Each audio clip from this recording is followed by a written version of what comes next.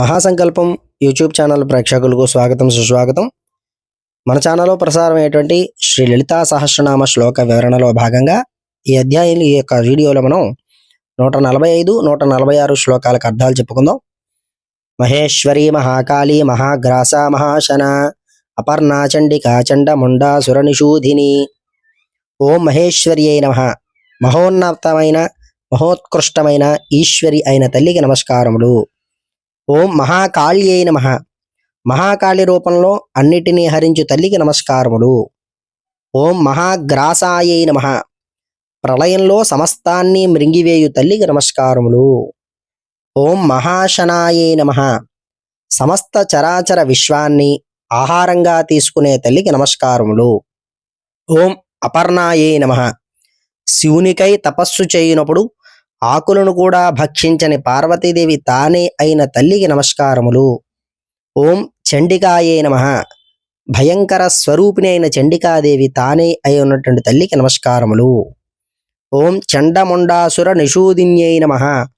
చండికాదేవి స్వరూపంతో చండ ముండ అనే రాక్షసులను సంహరించిన తల్లికి నమస్కారములు అని అర్థంగా ఈ యొక్క శ్లోకానికి చెప్పబడింది. శ్లోకం 146. క్షరాక్షరాత్మికా సర్వలోకేశీ విశ్వధారిణి త్రివర్గదాత్రి సుభగా త్రయంబక త్రిగుణాత్మిక.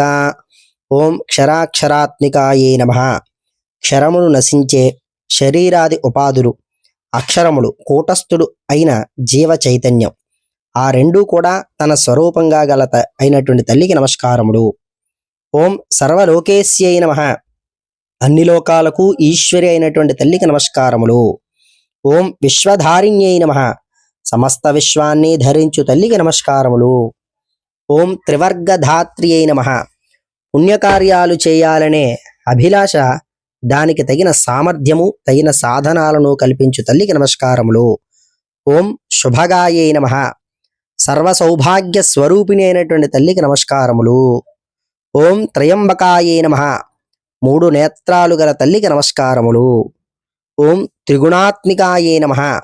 సత్వ రజో తమో గుణాలను తన స్వరూపంగా కలిగినటువంటి తల్లికి నమస్కారములు అని ఈ 146వ శ్లోకానికి అర్థంగా చెప్పబడింది. ఛానల్ సబ్స్క్రైబ్ చేసుకోండి. ఈ సమాచారాన్ని 10 మందికి అందజేయండి. మరొక వీడియోతో మీ ముందు మళ్ళీ కలుస్తాను. చాలామంది సబ్స్క్రైబ్ చేసుకోకుండా చూస్తున్నారు.